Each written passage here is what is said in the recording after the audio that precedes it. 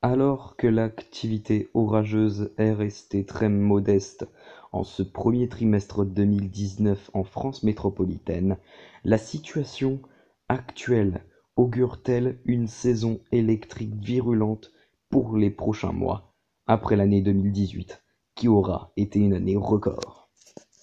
La France a connu ce mardi 2 avril 2019 la dégradation orageuse la plus marquée depuis le début de l'année, devant celle du 6 mars, avec 4 575 éclairs détectés, dont 1 281 impacts de foudre.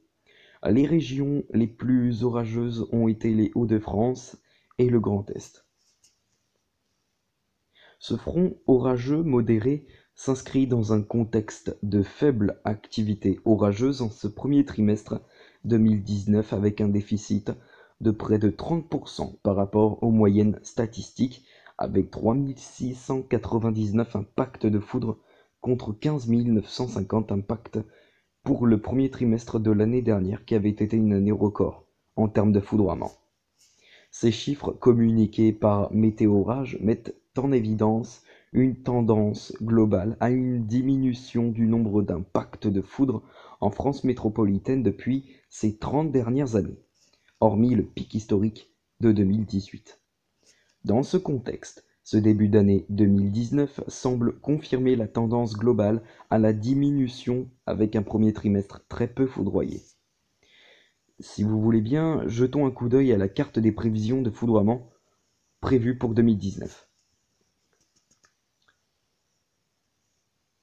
Il y a 3 mois, l'activité orageuse a été très peu marquante, hein, évidemment. Mais on peut tout de même noter toutefois que lors de l'année 2018, on a eu quelques impacts de foudre, quand en janvier 2019, on n'en a pas eu du tout. En février, on n'en a pas eu du tout en 2018. En 2019, on en a. En mars, on n'en a pas eu, ou très peu. En avril, ça commence à monter, alors qu'en 2018, on a commencé à monter en flèche rapidement. Ensuite, en mai 2019, on aurait beaucoup moins d'orages prévus que en 2018. Ensuite, en remontant à juin, à juin, on aurait un petit peu la même activité électrique que lors de l'année 2018 en juin. Et en juillet, on atteindra un pic de foudroiement avec 173 000 éclairs, impacts de foudre qui seront donc possibles. Et ensuite, cette activité orageuse en 2019 va commencer à régresser à partir d'août. Quant à 2018, août est resté quand même un mois assez orageux. Et ensuite, à partir de septembre, on aura encore possiblement des orages. Quant à l'année dernière, en septembre, on n'en a presque pas eu. Et ensuite, tout cela va régresser à partir d'octobre, novembre et décembre, jusqu'à ce qu'on ne va plus en avoir à partir de décembre. Voilà.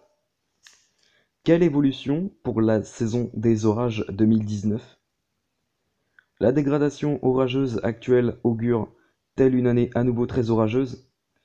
L'analyse des prévisions saisonnières permet d'apporter des éléments de réponse. Jusqu'à présent, la France est restée sous l'influence d'anticyclones dominants depuis le début de l'année, expliquant la sécheresse tenace en certaines régions. Les séquences dépressionnaires ont été peu fréquentes, expliquant alors le déficit pluviométrique et le faible nombre de jours avec orage. Ce mois d'avril renoue avec un temps de saison. Les conflits de masse d'air, typiques des intersaisons, engendrent la formation des orages. Mais d'une façon globale, les prévisions à long terme laissent apparaître toujours des récurrences anticycloniques sur notre pays et des dépressions sur la péninsule ibérique et la Méditerranée.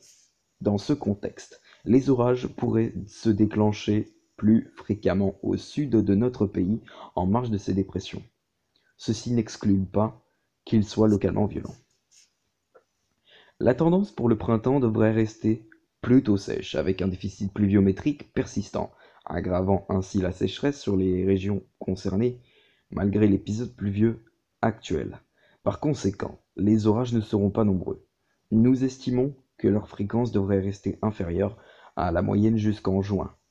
Par la suite, les premières tendances pour l'été font état d'un temps chaud et sec pour juin, limitant ainsi le risque orageux.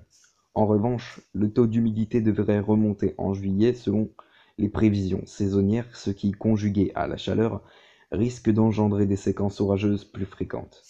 L'été pourrait donc renouer avec les moyennes de saison en ce qui concerne le nombre de jours d'orage et le nombre d'impacts de foudre.